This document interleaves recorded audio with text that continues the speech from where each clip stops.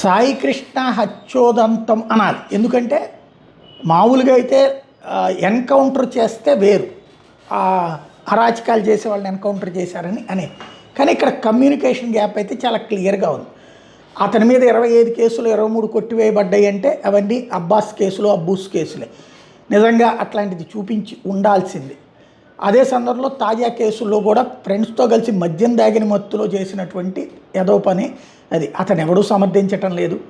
But అతన్ని చచ్చిపోయినప్పుడు police స్టేషన్లోనే చంపే అంత తీవ్రమైన నేరాలు చేశాడా అనేది ఇక్కడ ప్రశ్న.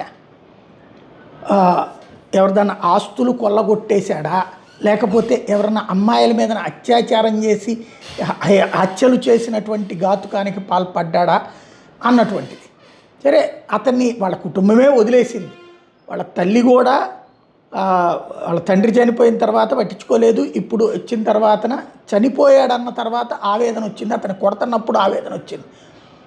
ఈ వ్యవహారంలో ఏదో భారీగా జరుగుతుందని ఊహించుకోవద్దు. ఒకటి, వాళ్ళ తల్లి ముందుకొచ్చిన రోజునే ఆ ఇష్యూ సాల్వ్ కావాలి.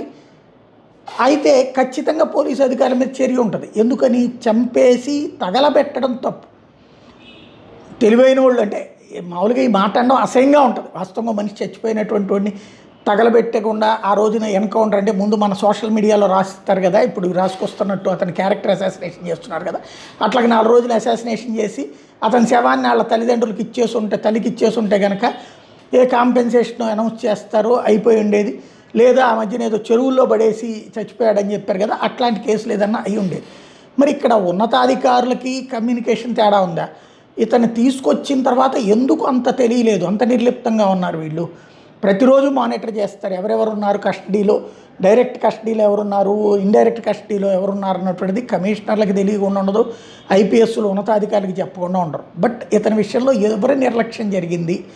అందులో చచ్చిపోయిన తర్వాత తగలబెట్టమని ఎవరు ఆర్డర్ ఇచ్చారు? వాళ్ళు అసలు సూత్రధారు, అసలు శిక్ష పడాల్సింది వాళ్ళకి. చచ్చిపోయిన తర్వాత లాకప్ డెత్ జరిగితే కనుక సాధారణంగా ఏ సస్పెన్షన్ యాక్షన్ తీసేసుకుని ఆ తర్వాత ఈ క్యారెక్టర్ అసాసినేషన్ చేసేసి చెప్పుండేవాళ్ళు. బట్ ఇక్కడ ఎక్కడో లోపం వచ్చింది. ఇక్కడే సంథింగ్ ఏదో జరిగింది. అతను పోలీసులు కొట్టి చంపదగినంతటి తీవ్రమైన నేరం చేసినట్టుగా అనిపించట్లేదు. అంటే ఏదో ఇష్యూ దగ్గర ఏదో అతని నుంచి రాబట్టడానికి ఏదో చేశారు అన్నది కనబడుతోంది. సంథింగ్ ఆ విషయాలు ఇక బయటకు వచ్చేటట్టు కనిపించటం లేదు. ఎందుకంటే కుటుంబానికి ఆర్థిక స్తోమత పెద్దగా లేదు. ప్లస్ వాళ్ళ తల్లి దగ్గరికి వచ్చి ఇప్పుడు డ్రామాలు ఆడేటటువంటి కొంతమంది తయారైపోయారు.